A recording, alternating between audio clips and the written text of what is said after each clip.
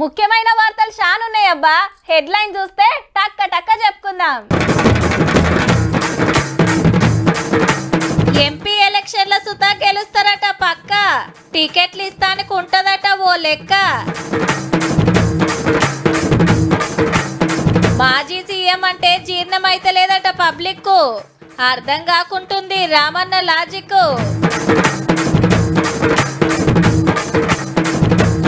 26 మంది ఐఏఎస్ల ట్రాన్స్ఫర్. పెట్టుబడులలో చూపిస్తారట జోరు.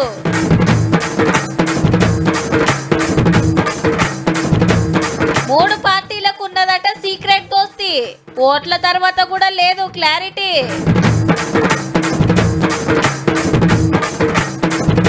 ఇయాల గవ్వే లైన్లు తప్పలే పెట్రోల్ తిప్పలు.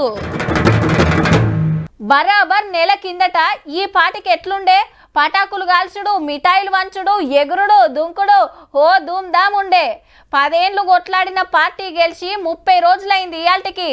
రేవంత్ రెడ్డి సార్ ముఖ్యమంత్రి, కొందరు మంత్రులైనరు, ఇంకా కొందరు లైన్లు ఉన్నారు. ఇక ఇంకో 3-4 నెలలు అయితే పార్లమెంట్ ఎలక్షన్లు. ఆ టికెట్లు 17 మందికేనా అయ్యే. కడమోళ్ళకు సుతా పదవుల మీద ఆశ ఉంటది కదా, గందుకే గీ మీటింగ్. పార్లమెంట్ ఎలక్షన్ల పక్కా గెలవాలి, నామినేటెడ్ పోస్టులు ఎప్పుడు వేయాలి అనే దాని మీద మీటింగ్ అయింది గాంధీ భవన్ లా. పిసిసి అధ్యక్షుడు రేవంత్ రెడ్డి సార్ అధ్యక్షత వహిస్తే రాష్ట్ర ఇన్ఛార్జి దీపాదాస్ మున్సి మేడం, మంత్రులు, ఎమ్మెల్యేలు, పాత ఎమ్మెల్యేలు, సీనియర్లు చాలా మందే వచ్చిండ్రు. పవర్ ఇచ్చినందుకు పబ్లిక్ శనార్థి చెప్పుకుంటా ఫస్ట్ తీర్మానం చేసిండ్రు. పడుసోళ్ళంత మనలను నమ్మిండ్రు, అమ్మలక్కలు జైగొట్టిండ్రు. వాళ్ళకి ఇచ్చిన హామీలు నిలబెట్టుకోవాలి, 6 గ్యారెంటీలు గ్యారెంటీగా అమలు చేయాలి, అప్పులు ఉన్నాయని పథకాలు ఆపొద్దని మాట్లాడుకుర్రట. ఇన్నేళ్లు కార్యకర్తలు కష్టపడ్డారు, ఈ కాంచాల కష్ట సుఖాలు చూస్తాం అనుకొచ్చిండ్రు. కార్యకర్తలందరినీ దృష్టిలో తీసుకుని త్వరలోనే వారందరికీ పదవులు వారి పనిని బట్టి ఇవ్వటం జరుగుతుందని. ఇక ఎంపీ టికెట్లు ఎవరికి ఇవ్వాలనేది మీటింగుల మీద మీటింగులు పెట్టి డిసైడ్ చేస్తారట. కావాల్సిన వాళ్ళు దరఖాస్తు పెట్టుకోవచ్చునట. గ్రూపులు గీపులు పక్కకు పెట్టి అసెంబ్లీ ఎలక్షన్లు ఎట్లా కొట్టిండ్రో పార్లమెంట్ కు గెలుస్తానికి సుతా అట్లనే ఒక్క మాట మీద ఉండాలని మాట్లాడుకున్నారట.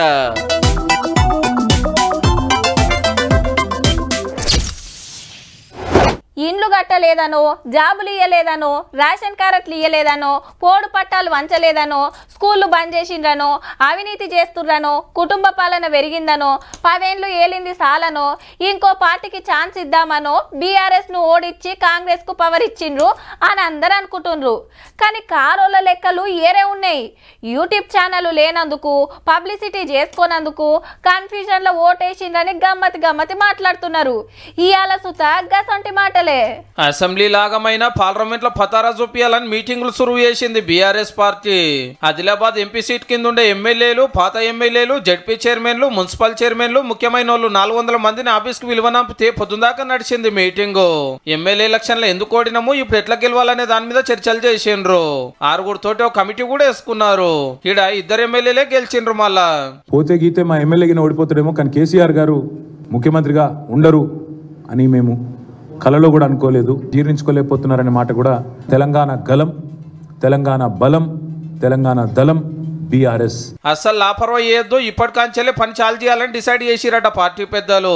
ఇక ఎటు చూడండి, ఉత్త 6 గ్యారెంటీలు 420 హామీలు ఉన్నాయని ఓ బుక్ కొట్టి ఇచ్చిండ్రు. గమ్మత్ ఏందంటే, మేము కట్టిన కాళేశ్వరం ప్రాజెక్టుల అవినీతి అక్రమాల మీద విచారణ చేయాలి, మా సర్కార్ మూసేసిన 6000 స్కూళ్లు తెరవాలి, మా గవర్నమెంట్ లో జరిగిన స్కామ్ల మీద ఎంక్వైరీ నడవాలి, ఎస్సీ ఎస్టీల కాడ నుంచి మేము గుంజుకున్న అసైన్డ్ భూములు వాపసు ఇప్పియాలి, ధరణి రద్దు చేసి భూమాత పోర్టల్ తేవాలి, టీఎస్పీఎస్సీ మొత్తం మార్చాలి అని రాసుకొచ్చిండ్రు. 100 రోజులు అన్నారు. మీరు 100 రోజుల్లో చేయకపోతే మిమ్మల్ని బొందబెట్టేది ఖాయమైన దిశగా ల్యాండ్ క్రూజర్లు అని చెప్పి ఒక కథలు పుట్టించి, అదేదో కేసీఆర్ గారు సొంతానికి కొనుక్కొని దాచిపెట్టినట్టు విజయవాడలో వాటికి బుల్లెట్ ప్రూఫ్ అద్దాలు దొడికిచ్చి దానికి పంపితే అదేదో విజయవాడలో దాచిపెట్టిండు అని మాట సిల్లీగా మాట్లాడడం. ఈ ప్రభుత్వానికి ఆల్రెడీ రాష్ట్రంలో వ్యతిరేకత పెరిగింది. ఆటో డ్రైవర్లు సమ్మెలు చేస్తున్నారు, బస్సులో మహిళలు కొట్టుకుంటా ఉన్నారు, రైతులు ఆల్రెడీ నిస్తేజంలో ఉన్నారు. రైతు బంధు ఎప్పుడు పడుతుందో. ఇక హైదరాబాద్ పని అయినట్టే. ఒక్క కంపెనీ సుత రాదు. కంపెనీల ఓనర్లతో మాట్లాడి రప్పించేంత తాకతు ఇప్పుడు ఎవలకున్నది? అప్పుడంటే ఐటీ మంత్రి మస్తు హుషారుండే. వీళ్ళతోటి ఏమవుతుంది అని ఎడ్డిచ్చిరు కొందరు. కానీ ఒక లీడర్ను చూసో, ఒక పార్టీని చూసో కంపెనీలు పెడతారా? హైదరాబాద్ సిటీకి ఓ లెవెల్ ఉంది. ఏలేరు ఎవరైనా అందరి చూపు మన పట్నం మీదనే. ఇగో గిట్లా తెలంగాణలో ఇంకింత పైకం పెడతామని ముంగడికి వచ్చిన అదానీ కంపెనీ వాళ్ళు. దేశంలో తోపు బిజినెస్ మెన్ గౌతమ్ అదానీ గారి కొడుకు కిరణ్ అదానీ కంపెనీ సీఈఓ సచివాలయానికి వచ్చిండ్రు. ఏరోస్పేస్ పార్కు, డేటా సెంటర్ అంటే గాలి మోటార్లు, విమానాలు తయారు చేస్తానికి అవసరమైన టెక్నాలజీ అందించే కంపెనీ. దానికి జాగా పర్మిషన్ల కోసం CM Revanth Reddy sir, IT మంత్రి శ్రీధర్ బాబు సార్లతోటి మాట్లాడిండ్రు. అట్లనే అమర్ రాజా బ్యాటరీల కంపెనీ ఓనర్ గల్లా జయదేవ్ సార్సుతో వచ్చిండు. మహబూబ్ నగర్ జిల్లాలో కంపెనీ పెట్టడానికి మున్పే శంకుబండ పడితే కర్మ పర్మిషన్ల కోసం వచ్చిండ్రట. అట్లనే 9,500 కోట్ల రూపాయలతోటి Telangana new energy park, battery assembling park, Shamshabad లో ఎనర్జీ ల్యాబ్ పెడితే 4,500 మందికి జాబులు వస్తాయట. పర్మిషన్లు జల్దీ వచ్చేటట్టు చూస్తాం, ఇంకేం సౌలతులు కావాలన్నా చేస్తామని మాటిచ్చింది సర్కారు. ఈ ముచ్చటిట్లుంటే ఇవాళ ఇంకో 26 మంది ఐఏఎస్లు ట్రాన్స్ఫర్ అయిండ్రు. ఇన్నేళ్లు సీఎంఓ ఆఫీసులో ఉన్న స్మితా సబర్వాల్ మేడాన్ని ఫైనాన్స్ కమిషన్ కు పంపింది కొత్త గవర్నమెంట్. ప్రాజెక్టుల శాఖకు మారిండు రాహుల్ బొజ్జా సారు. అట్లనే 5 జిల్లాలకు కొత్త కలెక్టర్లు వచ్చిండ్రు. తెలంగాణలో రాజకీయాలు వాడి వేడిగా సాగుతున్నాయి.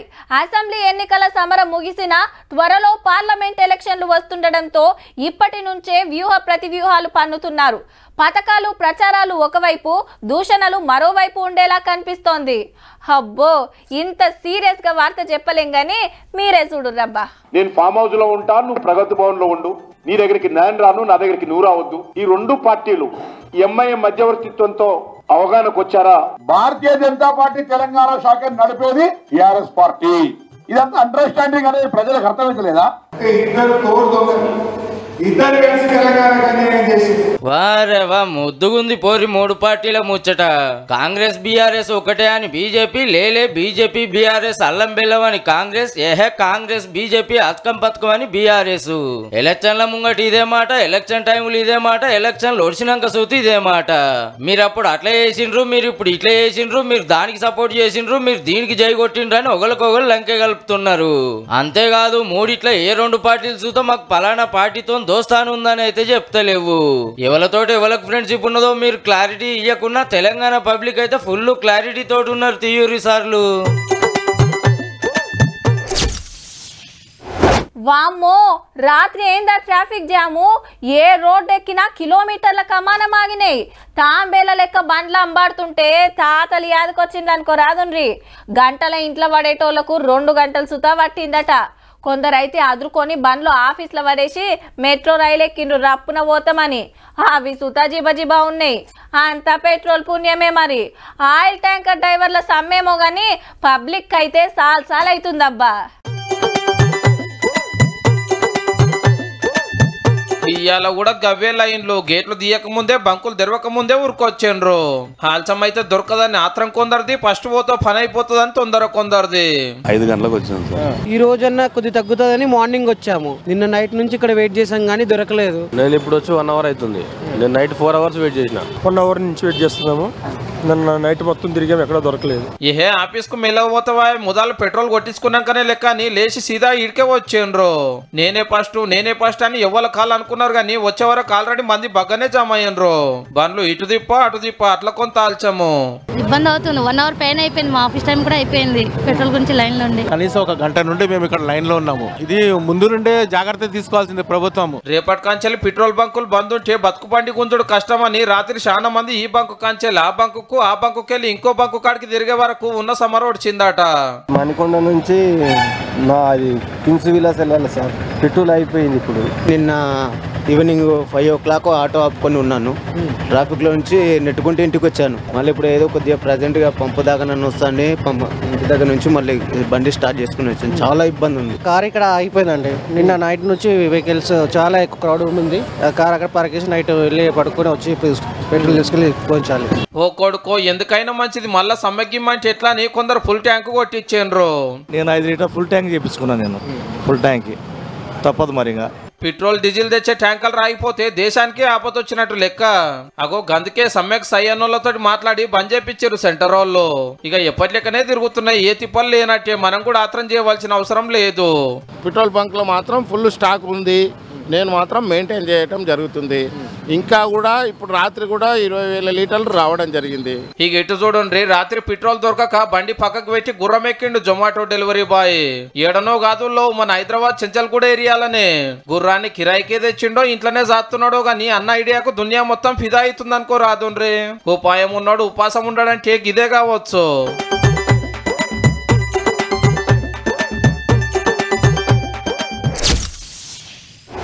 బస్ టికెట్ల మీద 1,000-1,500, అకౌంట్లు వేసే 2,500, గ్యాస్ మీద 400, కరెంటు బిల్లు 400-500. ఎట్లా లేదన్నా నెలకు 5-6 వేలు మిగిలినట్టే అని లెక్కలు వేసుకుంటున్నారు చాలా మంది అమ్మలక్కలు. గా పైకం ఏం చెయ్యాలి, దేనికి ఖర్చు పెట్టాలి, ఏం చేస్తే పోరలకు ఫాయిదా అవుతుందని ఆలోచనలు ఉన్నారట. కానీ లెక్కలేసుకొని ఇంట్లో కూర్చుంటే కాదు, ఏం చేయాలనో తెలుసు కదా, మొదలు దరఖాస్తు ఇవ్వాలి. కాగితాలు నింపుడు, ఫోటోలు అంటబెట్టుడు, కౌంటర్లలో ఇచ్చుడు జోరుగా నడుస్తాంది ప్రజాపాలన. ఎమ్మెల్యేలు కలెక్టర్లు దగ్గరుండి అరుచుకుంటున్నారు. చెన్నూరులో ఎమ్మెల్యే వివేక్ వెంకటస్వామి సారు దరఖాస్తులు తీసుకొని 6 గ్యారెంటీలు పక్కా అమలు చేస్తామని హామీ ఇచ్చిండు మల్లోపారి. మాకు 10 సంవత్సరాల నుంచి ఈ డబుల్ బెడ్రూమ్ ఇల్లు రాలేదు, మాకు ఇంద్రమ్మ ఇల్లులు వస్తాయా లేదా, మాకు ప్రయారిటీతో నియండి. అట్లనే free current, gas cylinder subsidy, మహిళలకు 2,500, పింఛన్లకు చాలా మంది అప్లికేషన్లు పెడుతున్నారు. ఎవరికేం డౌట్లున్నా క్లియర్ చేస్తున్నారు ఆఫీసర్లు. ఫాములు నింపరాకుంటే వాలంటీర్ల నింపిస్తుండ్రు. అటు ఆధార్ సెంటర్లకు కూడా బాగానే వస్తున్నారు వివరాలు మార్చుకుంటానికి.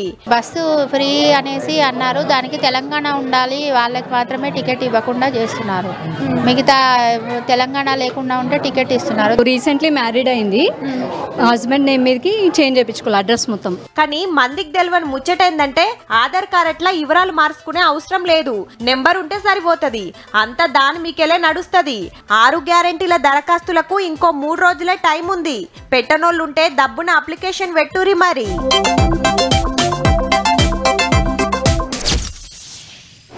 ఓ వదినే, జరగి బాటెల్ల గిన్ని మంచి నీళ్ళు పోసి ఆయనకు అన్నం పెట్టినా చూస్తే ఇంట్లో నీళ్లు లేవు. మా అయ్య గాని జర సైకిల్ వేసుకొని పోయి క్యాన్ నీళ్లు తీసుకురా పోరా. కుమారన్న, నీ కారెట్ ఉంటే ఇయ్యరాదే, నా దాంట్లో బ్యాలెన్స్ అయిపోయింది, ఓ క్యాన్ పట్టుకొస్తా. ఏంది గా నీళ్ళ? వంట చేసుకుంటానికి తానాలకైతే వాడుకుంటాం, తాగుతానికి పనికిరావు అని అంటుంటారు. ఘాటి గురించే గీ వార్త. తెలంగాణ అప్పులు, కరెంటు లెక్కలు, కాళేశ్వరం కథల తర్వాత మిషన్ భైరథ మీద నజరేసింది సర్కారు. ఇంటింటికి నీళ్ళని 7.5 ఏళ్ల కిందట సురువు చేస్తే 43,000 కోట్లకు లెక్కలేస్తే 31,000 కోట్లు ఖర్చు పెట్టిరట. అందులో 24,000 కోట్లు 11 బ్యాంకులకెళ్ళి తెచ్చినప్పే. అసలు ఏర్పడక ముందు ఎన్నెన్లుండే, ఎన్ని నెలల కనెక్షన్లుండే, ఇప్పుడు ఎన్ని ఉన్నాయి, ఎన్ని ట్యాంకులు కట్టిరో వివరాలు కావాలని సీఎం సార్ ఆర్డర్ వేస్తే గీ లెక్కలు చెప్పిరట ఆఫీసర్లు. 150,000 కిలోమీటర్లు పైపులు వరిచి 2,72,00,000 మందికి మంచి నీళ్లు దాపిస్తురాట. అయితే మిషన్ భైరథ పథకంలో గోల్మాల్ జరిగిందని ఫస్ట్ కాంచెల్లి లొల్లి. మిగిలిన పైపులు తెచ్చేసిరు, అత్తరపుత్తర ట్యాంకులు కట్టిరు, పాతాటికే సున్నాలేసిరు, అడ్డగోలియా బిల్లులు రాసిరని ప్రతిపక్షాలు ఎన్నో మాటలు అంటుండే. అన్నట్టు వాజివే పైపులు వాళ్ళగుడు, నీళ్లు మొగుల మీదకి జిమ్ముడు, జలపాతాలు తయారవుడు ఎన్నో జరిగే. ఆడబిడ్డ నీళ్ల బిందెతోటి రోడ్డు మీద ఆగుపడితే ఎమ్మెల్యే పదవికి రాజీనామా అయ్యాలన్నా, నీళ్లు రాకుంటే ఓట్లు అడగమన్నా, ఎండాకాలం వస్తే చాలు రోడ్ల మీద ధర్నాలు, నిరసనలు ఖాళీ బిందెలతోటి. ఈ నీళ్లు మంచిగా లేక ఊరూరా వాటర్ ఫిల్టర్ కొద్దు ఎమ్మెల్యేలే పెట్టించారు. ఆఖరికి మిషన్ భైరథ మీటింగ్ లో కూడా బిస్లరీ నీళ్ల బాటల్లే వాడేటోళ్ళంటే ఎట్లున్నదో చూడుండ్రిగా. అగో గందుకే ఈ పథకం బాగోతం బయటకు వస్తుంటే కొందరు గుట్కీలు మింగుతురాట. ఊర్లల్లా మునుపు వినాయకుని నిలబెట్టుకుంటే చందాలు రాసిన వాళ్ళు అందరి ఇండ్లకు ప్రసాదాలు పంపేది. అట్లనే ఏదన్నా గుడి కడతానికి విరాళం ఇచ్చిన వాళ్ళని చూతా అన్ని కార్యాలకు పిలుస్తారు, తీర్థ ప్రసాదాలు పంపుతారు. అట్లాని కడమోళ్ళకు వంచకుంటే ఊకొరుల్లో చందాలు రాసినా రాయకున్నా ఊరోళ్ళందరికీ ప్రసాదాలు వంచుతూనే ఉంటారు. ఊరంతా కలిసి గుడి కట్టుకుంటే ఇట్లా, మరి దేశమంతా కలిసి గుడి కడితే ఇగో గిట్లుంటది.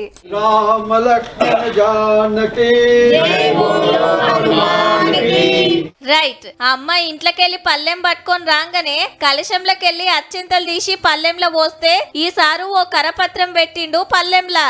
అయోధ్య రామ మందిరం నుంచి వచ్చిన అక్షంతలు మరి 22వ తారీఖు నాడు గుడి ఓపెనింగ్ ఉన్నది కదా, ఆడికి అందరు పోలేరు కాబట్టి రాముల వారి అక్షంతలు మంచే కార్యం పెట్టుకున్నది రామజన్మభూమి ట్రస్ట్. ఆడబిడ్డలు మంగళారతి పట్టుకొని అన్నలు నెత్తి మీద అక్షంతలు పెట్టుకొని పంచుకుంటూ పోతున్నారు. అక్షింతలు అందిన భక్తులదైతే చిన్న మురిపెంగ అర్థం కాదు పో. చాలా ఆనందం అనిపిస్తుంది. మా దాకా వచ్చినందుకు ఇంకా ఆనందంగా ఉంది. అనుకోలేదు మా దాకా వస్తాయని, కానీ మా దాకా వచ్చాయని. అయోధ్యకి వెళ్ళి దర్శనం చేసుకున్నట్టు అనిపిస్తుంది. స్వామివారి అక్షింతలు వచ్చినాయి కదా మాకు అంతే సంతోషం. ఆయన దయ ఉంది మా మీద కాబట్టి మా దాకా వచ్చినాయి ఇవి. ఇవాళ హైదరాబాద్ లా గోల్కొండ, బండ్లగూడ, ఖైరతాబాద్ ఏరియాలలో వంచిండ్రు రామయ్య అక్షింతలు. జిల్లాలలో సుత జోరుగా సాగుతున్నది కార్యం. ఇంతకు ఈ అక్షింతలు ఏం చేయాలంటే, ఈ అక్షింతలు తీసుకొని మళ్ళీ మీరు స్వయంగా మళ్ళా వేరే అక్షింతలో కలుపుకొని 22వ తేదీ రోజు 5 దీపాలు మీ ఇంట్లో వెలిగించాలి. అయోధ్య గుడి ఓపెనింగ్ నాడు రాత్రి మన ఇండ్లలో దీపాలు ముట్టించి జేజేలు వలకాలన్నట్టు.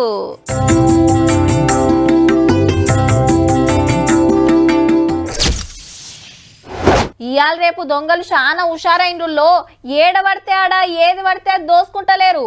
ఏడ జొర్ర పడితే బగ్గ పడతలు పడతాయి, ఏడ డ్యూటీకి ఎక్కితే మంచిగా గిట్టుబాటు అవుతుందని మొదలే ప్లాన్లు వేసుకొని పోతున్నారు. సీదా ఆటికే సూటి పెట్టుడు, జల్దిన అవతల పడుడు. వీళ్ళు కాకుండా మందు దొంగలు, తిండి దొంగలు, బట్టల దొంగలు, గుడిమెట్ల కాడ చెప్పుల దొంగలు, ఇట్లా షాన్నే ఉన్నారు. కానీ వీళ్ళు అంతకు మించిన వాళ్ళు ఉన్నారు పో. నాగర్ కర్నూలు జిల్లా గవర్నమెంట్ కాలేజీలో సినిమా దొంగలు పడ్డరుల్లా. అగో వైర్లు కట్ చేసి ఫ్యాన్ల రెక్కలు ఇప్పేసి గడ్డలు ఎత్తుకపోయినరు. కొత్తేడాది సెలవులల్లా గీ పనితనం చూపెడితే ఇప్పుడు మస్తు తిప్పలైతుంది పిల్లలకు. వాళ్ళు గడ్డలు తీసుకున్నారు, ఆ ఫ్యాన్ రెక్కలు మాత్రం అక్కడ పడేసిపోయిండ్రు.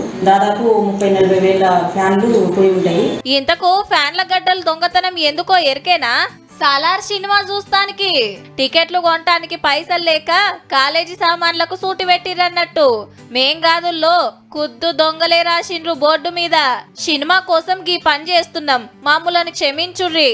ఇట్లు అల్లు అర్జున్, ప్రభాస్ ఫ్యాన్స్ అని రాసిపోయిండ్రు. కాలేజోళ్ళు కంప్లైంట్ ఇస్తే ఇక సినిమా దొంగలను పట్టే పనిలున్నారు పోలీసులు. రేపు ఇంకో కొత్త సినిమా వస్తే కాలేజీలకెళ్ళి ఇంకేమెత్తుకపోయి పాడైతారో దబ్బున దొరకబట్టుర్రి సార్లు.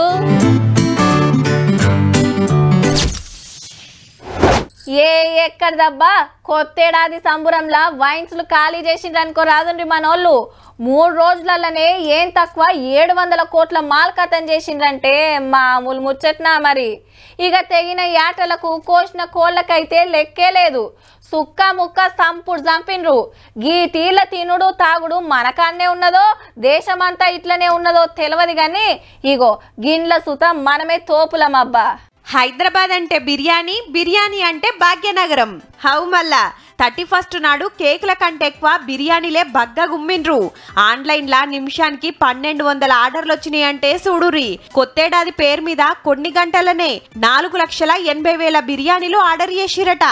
ఆన్లైన్లా తిండి తెచ్చిచ్చే స్విగ్గీ కంపెనీలే సాటింపేసిండ్రు. మొన్న వరల్డ్ కప్ ఆటల పోటీ జరిగినప్పుడు సుత గిట్లనే ఆర్డర్ పెట్టిరట. అప్పటికంటే కొత్తేడాది సంబరంలా ఇంకో 1,00,000 బిర్యానీలు ఎక్కువనే ఖతం చేసిరట.